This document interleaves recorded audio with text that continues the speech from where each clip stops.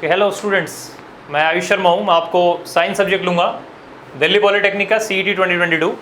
तो brief introduction मैं एक लेता हूँ साइंस के बारे में। आपको बता चुका हूँ ऑलरेडी मैं पिछली वीडियो में। मेरा इंट्रोडक्शन आप ले चुके होंगे। मैं 8 साल से सब्जेक्ट यही पढ़ा रहा हूँ। MSc B.Ed मेरा क्वालिफिकेशंस है और मैंने लगभग बहुत सारे इंस्टीट्यूट्स में एज अ टीचर, आकाश में भी मैं एज अ टीचर पढ़ा चुका हूँ और काफ़ी स्कूल्स में भी, और दिल्ली पब्लिक स्कूल में भी मेरा सिलेक्शन है एज अ टीचर। स्टार्ट करते हैं हम साइंस के बारे में। मैं बता चुका हूँ फिजिक्स, केमिस्ट्री और बायोलॉजी तीनों चीज़ें हमने जो है वो डिस्कस करनी है, इसके अंदर पढ़नी है। बेसिक फिजिक्स की वीडियो हम ऑलरेडी कर चुके हैं। अभी हम क्या करेंगे, साइंस के अंदर केमिस्ट्री वाले पार्ट को देखेंगे कि केमिस्ट्री वाला पार्ट हमें कैसे कैसे कवर करना है और क्या अप्रोच रहेगी कि हम पॉलिटेक्निक के क्वेश्चंस को सॉल्व कर पाए, ना कि सिर्फ हम अकेडमिकली उसको पढ़ें। जैसे हमने फिजिक्स में देखा था, जिसने वाली वीडियो देखी हो, फिजिक्स में हमने क्या देखा था कि फिजिक्स आपने जो 10th में पढ़ी, टॉपिक्स वही हैं, लगभग मोर और लेस टॉपिक वही हैं, थोड़ा बहुत आगे थोड़े से टॉपिक ऐड होते हैं, लेकिन उसको करने का तरीका थोड़ा सा एक अलग रह जाता है। हम डेफिनेशन डेरिवेशंस में ना जाएं, कॉन्सेप्ट को समझें, न्यूमेरिकल सॉल्व करें, वो भी MCQ। जहाँ पे चीज़ें एलिमिनेट करनी है हमें एलिमिनेट करना भी आना चाहिए, जहाँ नॉलेज से उसको टिक करना है वो भी आना चाहिए। इसी तरीके से सारे एंट्रेंस क्लियर होंगे, पॉलिटेक्निक क्लियर होगा। ओके, आगे बात करते हैं साइंस के अंदर। जैसे कि हमने पिछले वीडियो में देखा कि फिजिक्स, केमिस्ट्री, बायोलॉजी 3 पार्ट में ये बटा हुआ है। अभी बात करते हैं सिर्फ केमिस्ट्री की। केमिस्ट्री का एक बेसिक इंट्रोडक्शन हम लेंगे। सिलेबस का क्या क्या कवरेज है, सिलेबस कैसे कैसे रहेगा, छोटा सा टॉपिक एक हम यहाँ पे इंट्रोडक्शन में लेंगे, उस पर कुछ क्वेश्चंस करके देखेंगे, चीज़ों को समझेंगे कि अप्रोच क्या रहेगी। तो देखते हैं केमिस्ट्री वाला पार्ट क्या है।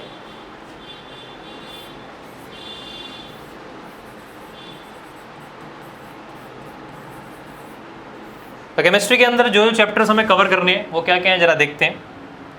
पहला और जो बेसिक चैप्टर है वो है केमिकल रिएक्शंस एंड इक्वेशंस।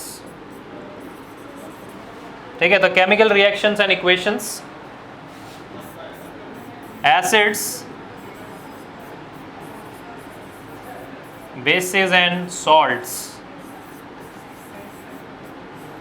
तो acid, bases and salts, chemical reaction and equations, metals and non metals,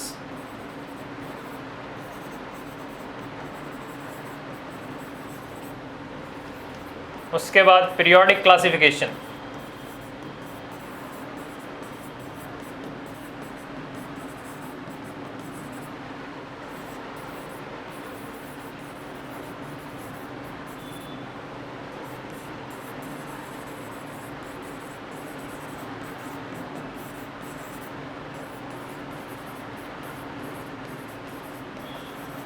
ठीक है।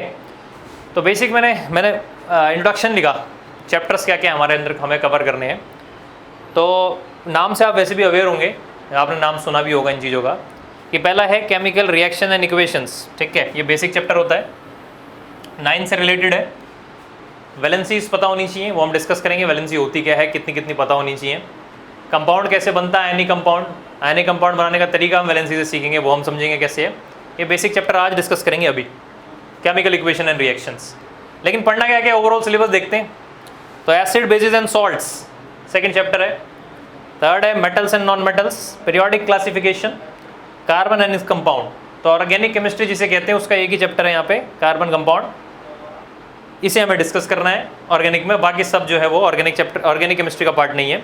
ये बेसिक होता है पहला, केमिकल इक्वेशन एंड रिएक्शन। तो देखते हैं इन्हें। और जैसे कि पिछली वीडियो में मैंने एक बात बोली थी कि एक क्वेश्चन को करने के लिए आपको लेस देन 1 मिनट मिलेगा, जो कि सारे एंट्रेंस में ऐसे ही होता है, पॉलिटेक्निक में भी ऐसा ही है। ठीक है, किसी भी एंट्रेंस में आप जाते हैं यूजुअली 120 मिनट में 140-150 क्वेश्चन यूजुअली यही रहता है। ठीक है, तो इसमें भी ऐसे ही है, with in less than 1 minute में आपको क्वेश्चन जो है वो सॉल्व करना है। ठीक है, तो देखते हैं इसको, केमिकल इक्वेशन और रिएक्शन को एक बेसिक इंट्रोडक्शन लेते हैं, ये है क्या और किस तरह के क्वेश्चन इसमें आ सकते हैं।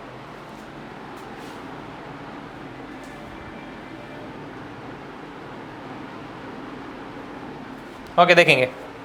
तो चैप्टर का नाम है केमिकल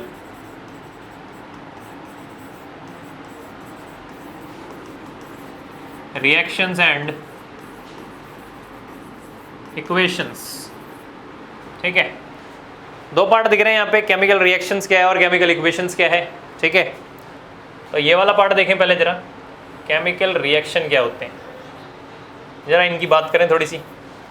देखें केमिकल रिएक्शन क्या है, कुछ ऐसे रिएक्शन जिसमें जो सब्सटेंस, केमिकल सब्सटेंस हमारे पास थे वो आपस में मिले, इंटरेक्शन किया केमिकली, और जो चीज़ें उन्होंने बना ली उनकी प्रॉपर्टीज़, केमिकल प्रॉपर्टीज़ जिन चीज़ों से वो मिलके बने उनसे बिल्कुल डिफरेंट है।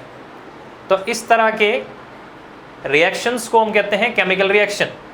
एक एग्जांपल लेते हैं, मैंने क्या बोला उसको समझने के लिए। सपोज कागज़ है मेरे पास, पेपर को मैंने जला दिया। अभी जब पेपर को मैं जला रहा हूँ तो पेपर के जलाने के बाद वहाँ पे बनती है कार्बन डाइऑक्साइड, ठीक है, ऐश भी बनती है, पर हम कार्बन डाइऑक्साइड की बात करेंगे, केमिकल प्रॉपर्टीज़ को हम डील कर रहे हैं।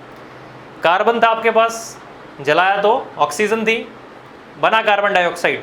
अभी जो कार्बन डाइऑक्साइड है उसकी प्रॉपर्टी, कार्बन जिसको जलाया, जिससे जलाया यानी ऑक्सीजन की प्रेजेंस में जलाया, ऑक्सीजन और कार्बन से totally different property carbon dioxide की होंगी, ठीक है।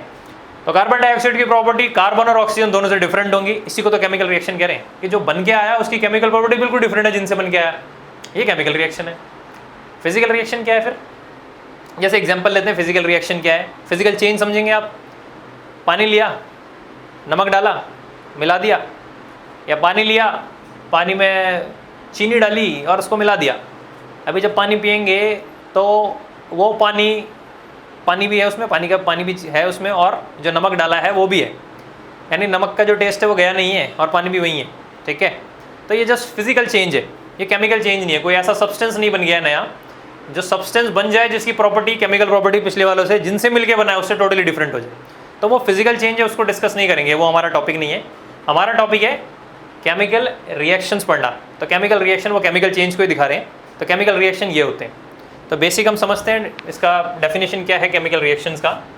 तो reactions in which new substance having different chemical properties are formed। एक बेसिक सा डेफिनेशन दिया,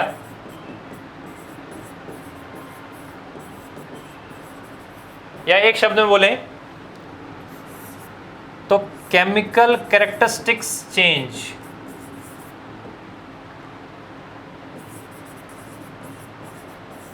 या ऐसे बोलो केमिकल कैरेक्टरिस्टिक्स चेंजेस। एक शब्द में बोले तो यही मतलब है कि जो बना उसके केमिकल कैरेक्टरिस्टिक्स, केमिकल प्रॉपर्टी बिल्कुल अलग है जिनसे मिलके बना, ये कहने का मतलब है केमिकल रिएक्शन का, ठीक है, डेफिनेशन वाइज। एग्जाम्पल जैसे हमने लिया, एक एग्जाम्पल और लेते हैं यहाँ पे। जैसे सपोज मैंने बोला hydrogen gas,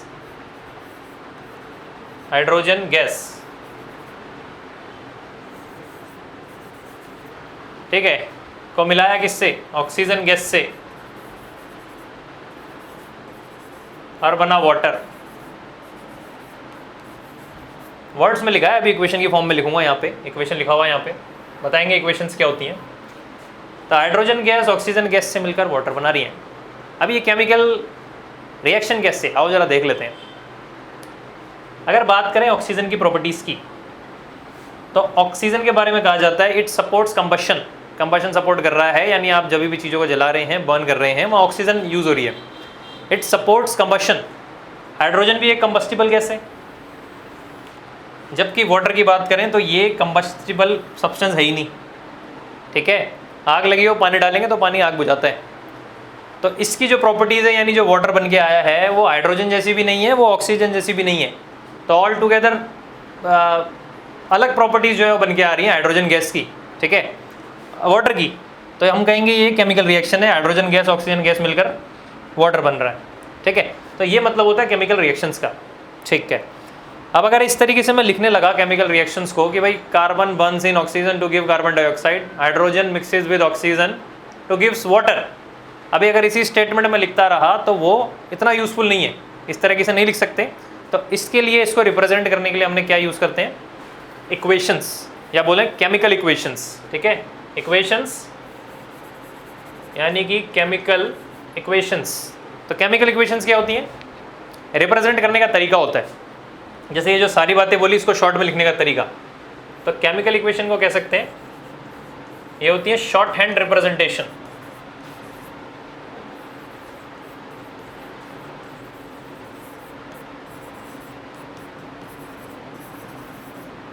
short hand representation of chemical reactions. जैसे पूरी जो ये कहानी लिखी हुई है ना, hydrogen gas plus oxygen gas gives water, equation में लिखते हैं इसको ऐसे लिखेंगे, देखो H2 plus O2 gives H2O। Simple होता है, कन्वीनियंट होता है, और आगे जाके इसकी बैलेंसिंग करेंगे। बैलेंसिंग क्या होती है वो भी डिस्कस करेंगे अभी। तो बैलेंसिंग कैसे करते हैं, वो इसी तरीके से बैलेंसिंग होगी, कभी भी इस तरीके से थोड़ी होगी, इसीलिए केमिकल इक्वेशन लिखी जाती है। ठीक है, केमिकल इक्वेशन को अभी डिटेल में पढ़ते हैं। केमिकल इक्वेशन, बैलेंस इक्वेशन क्या होती है, अनबैलेंस इक्वेशन क्या होती है। उससे पहले कुछ टर्म्स देखेंगे, रिएक्टेंट्स क्या हैं और प्रोडक्ट्स क्या हैं। ठीक है, देखें ये जो यहाँ पे लिखे हुए हैं, ये जो सब्सटेंस आपस में जुड़ रहे हैं, मिक्स हो रहे हैं, या कहें आपस में केमिकली कंबाइन हो रहे हैं या रिएक्ट कर रहे हैं केमिकली। टेक्निकली बोलें तो केमिकली आपस में रिएक्ट कर रहे हैं, केमिकली रिएक्ट कर रहे हैं। तो जो रिएक्ट कर रहे हैं उन्हें रिएक्टेंट्स बोलेंगे,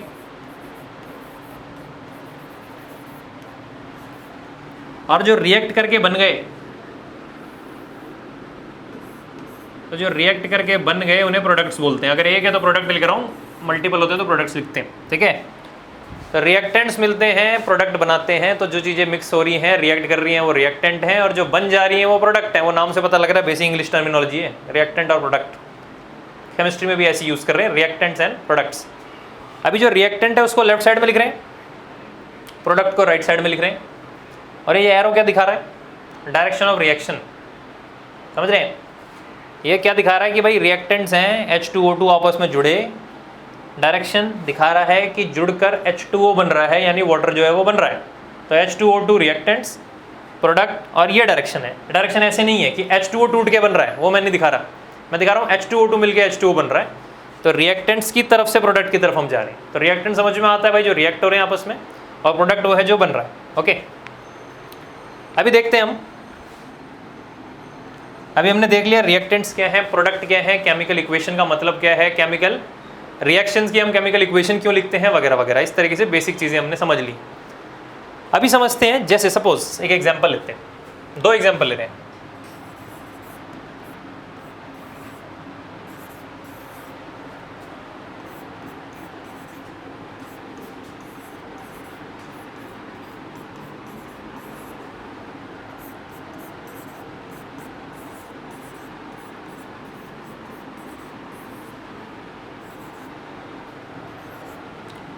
तो दो इक्वेशन लिखी हुई है यहाँ पे आपके सामने, कुछ डिफरेंस दिख रहा होगा, है ना। पहली बार जो देख रहा होगा उसको लग रहा होगा यार कुछ नहीं किया, 2 लिख दिया यहाँ पे, पता नहीं क्यों। जिसने 10 सही से पढ़ी उसे समझ में आ रहा है क्या बताना चाह रहे हैं। H2 plus O2 gives H2O लिखा हुआ है, सही है। ठीक है, कंसेप्चुअली बात सही कह रहे हैं, hydrogen oxygen combines to give water H2O। यहाँ पे भी बात वही है, लिखा वही है, पर ये अगर इसमें रिएक्टेंट साइड पे जाएं तो रिएक्टेंट साइड पे हाइड्रोजन अगर आप देखेंगे वो कितने हैं, 2। ऑक्सीजन देखेंगे वो कितने हैं, 2। और अगर इस पे प्रोडक्ट साइड पे जाएं, पहली वाली की बात कर रहे हैं, तो हाइड्रोजन देखेंगे 2, ऑक्सीजन देखेंगे 1। ठीक है, अभी क्या चीज़ दिख रही है आपको, 2 एटम हाइड्रोजन के हैं, 1 एटम किसका है, ऑक्सीजन का है यहाँ पे। ठीक है, तो 2 एटम हाइड्रोजन के हैं, 1 ऑक्सीजन का, 2 ऑक्सीजन के एटम है, यहाँ 2 हाइड्रोजन के एटम है और 1 ऑक्सीजन का एटम है। तो जो एटम से रिएक्टेंट प्रोडक्ट में वो बराबर नहीं है, दिख रहा है यहाँ पे। तो इस तरीके की इक्वेशंस जिसके अंदर ये दोनों चीज़ें आपस में बराबर ना हो, उसे क्या कहते हैं, अनबैलेंस्ड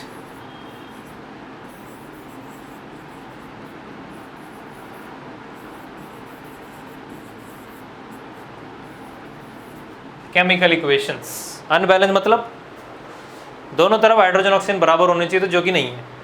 ठीक है, और ये होने चाहिए, हमें करना भी है। जहाँ नहीं है हम करेंगे, जहाँ है वो सही है। तो यहाँ तो नहीं है, तो जहाँ नहीं है उसको क्या बोलेंगे, अनबैलेंस्ड केमिकल इक्वेशंस। ठीक है, दूसरा देखते हैं। दूसरे में मैंने क्या किया, यहाँ 2 और यहाँ 2 लिखा हुआ है, ऐसा कुछ किया हुआ है हमने यहाँ पे। ठीक है, ओके। सो थोड़ी सी प्रॉब्लम आ गई थी वहाँ पे, टेक्निकल चेंज ठीक कर लिया हमने। देखें यहाँ पे, तो मैं क्या कह रहा था कि अगर पहला वाला इक्वेशन आप देख रहे हैं, तो अनबैलेंस केमिकल इक्वेशन क्यों बोल रहा हूँ कि भाई लेफ्ट साइड में जो हाइड्रोजन है और ऑक्सीजन है वो अलग है, क्वांटिटी उसकी नंबर अलग है, और राइट साइड में अलग है रिएक्टेंट और प्रोडक्ट में। यहाँ पे बात करेंगे तो हाइड्रोजन देखेंगे 4, ऑक्सीजन देखेंगे 2, और यहाँ देखें हाइड्रोजन देखें 4, ऑक्सीजन देखेंगे 2। ठीक है, अभी जितना रिएक्टेंट साइड में और प्रोडक्ट साइड में है हाइड्रोजन और ऑक्सीजन वो बराबर है। तो इस तरह की इक्वेशन जहाँ पे रिएक्टेंट और प्रोडक्ट साइड में नंबर ऑफ आइटम सबके बराबर हो उसे कहते हैं बैलेंस केमिकल इक्वेशन।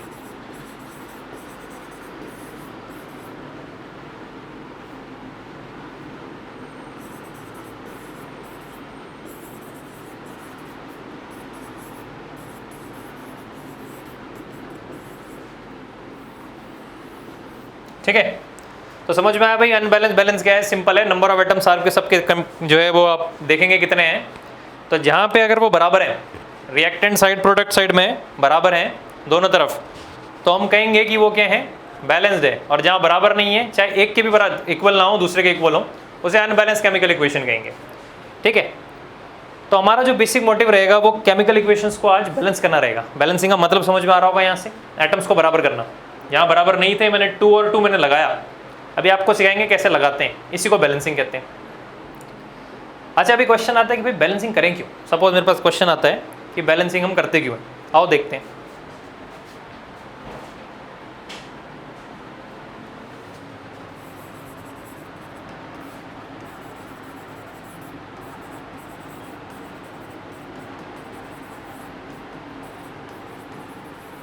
तो वाई बैलेंसिंग इज डन। ठीक है, तो बैलेंसिंग जो है वो करी क्यों जाती है?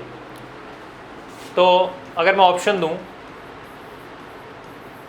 To follow law of conservation of energy,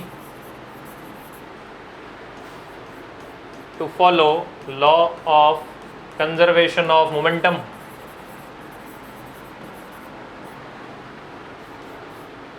to follow law of conservation of mass,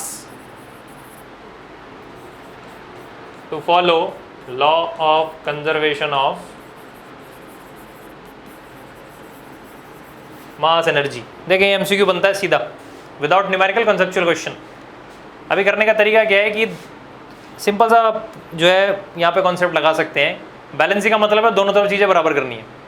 अब दोनों तरफ चीज़ें बराबर करनी है, चीज़ें मतलब एटम बराबर करने हैं। अभी जब एटम बराबर करने हैं दोनों तरफ, तो एटम बराबर करने का मतलब ही क्या होता है कि मास बराबर करना है दोनों तरफ। अगर हाइड्रोजन ऑक्सीजन जितने लेफ्ट में है रिएक्टेंट में उतने ही प्रोडक्ट में हो, तो जितना मास रिएक्टेंट साइड में उतना ही मास प्रोडक्ट साइड में होगा। तो कहने का मतलब law of conservation of mass हमें जो है वो फॉलो करना है, सी। ठीक है, हम केमिकल इक्वेशंस की बात कर रहे हैं तो मास फॉलो कराते हैं। ठीक है, जो मास एनर्जी है देखने में लग रहा होगा सही, बट ये न्यूक्लियर रिएक्शंस के लिए। ओके,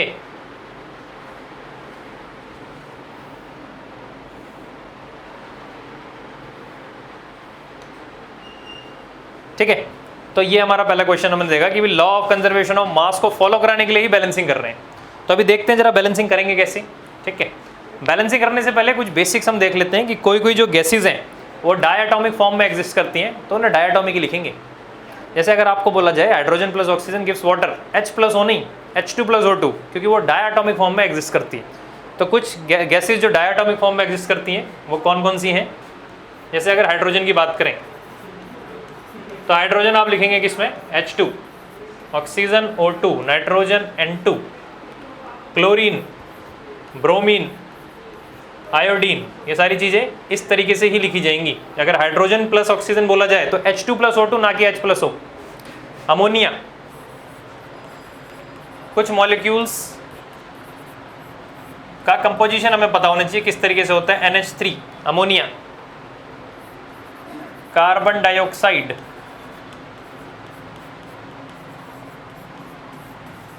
CO2, बोले ओजोन अगर हम,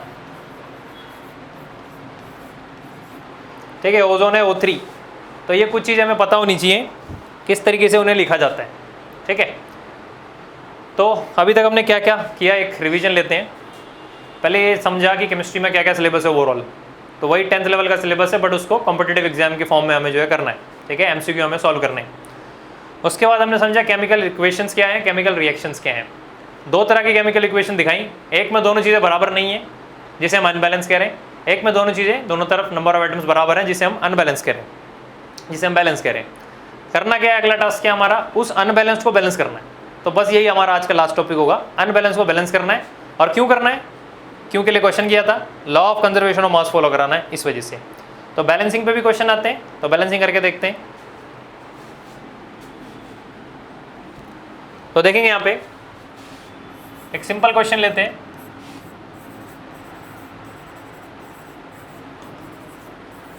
balance the following equations.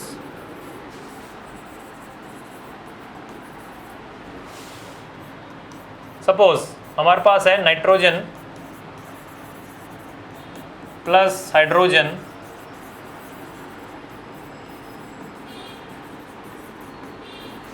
Gives ammonia. तो पहले तो इसे हम लिखेंगे कि क्या होती है ये, N2 plus H2 gives NH3। ठीक है भाई, इसे क्या करना है, बैलेंस। तो ये रहा रिएक्टेंट साइड, रिएक्टेंट साइड में जितनी भी चीज़ें वो लिखेंगे, जैसे N कितने हैं 2, हाइड्रोजन कितना है 2। प्रोडक्ट साइड नाइट्रोजन कितना है 1, हाइड्रोजन कितना है,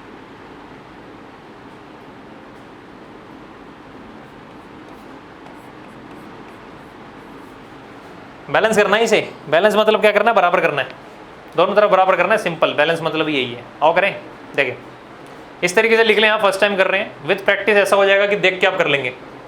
मैं देख के कर सकता हूँ बिना लिखे, आप भी कर लेंगे। ठीक है, फिलहाल ये 2 है, ये 1 है, इसको डबल करो, यहाँ 2 लगाओ, ये 2 हो गया, ये हो गया 6, ये 2, ये 6, यहाँ 3 लगाओ, 6 होगी बैलेंस। कर लो, देख लें आप लेफ्ट साइड में कितनी है, नाइट्रोजन 2, हाइड्रोजन 6, राइट साइड में नाइट्रोजन 2, हाइड्रोजन 6, होगी बैलेंस। ये करनी है। देखिए नेक्स्ट एक और।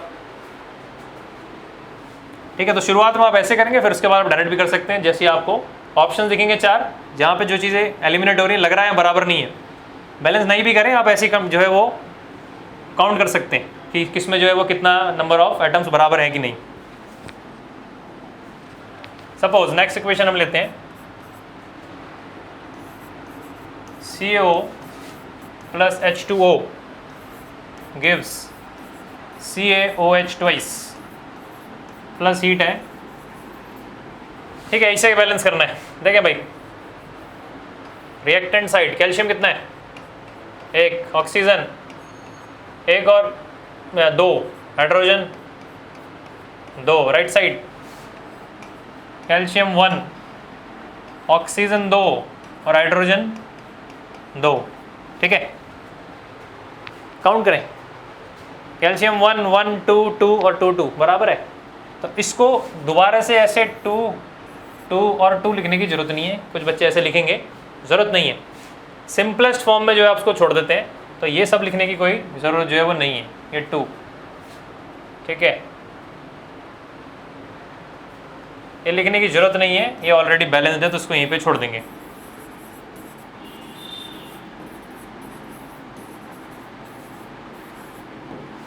ओके, तो अभी इंट्रोडक्टरी क्लास में आज इतना ही करेंगे। हमने देखा केमिस्ट्री का सिलेबस क्या है, फर्स्ट चैप्टर क्या है। फर्स्ट चैप्टर के अंदर हमने बेसिक डेफिनेशन ही अभी तक ली है, बस केमिकल रिएक्शन इक्वेशन क्या है, अनबैलेंस, बैलेंस और बैलेंस करना सिखाया। Law of conservation of mass आपको बताया क्या है, क्यों उसी के लिए ये फॉलो किया जा रहा है। और जो जो इसके टॉपिक्स हैं, आगे वाले टॉपिक्स, वो हम करेंगे नेक्स्ट जो है क्लास में। जैसे कैरेक्टरिस्टिक्स क्या होते हैं, ठीक है, कैरेक्टरिस्टिक्स क्या है केमिकल रिएक्शन के, टाइप्स ऑफ रिएक्शन सुने होंगे, डिस्प्लेसमेंट, कॉम्बिनेशन, डिकम्पोजिशन और रेडॉक्स। और रेडॉक्स के बाद एप्लीकेशन। एप्लीकेशन क्या क्या होती है, रेंसिडिटी और करोजन। तो ये ओवरऑल चैप्टर का कंटेंट है जो हम नेक्स्ट क्लास में कवर करेंगे। आज के लिए इतना ही करेंगे। Thank you.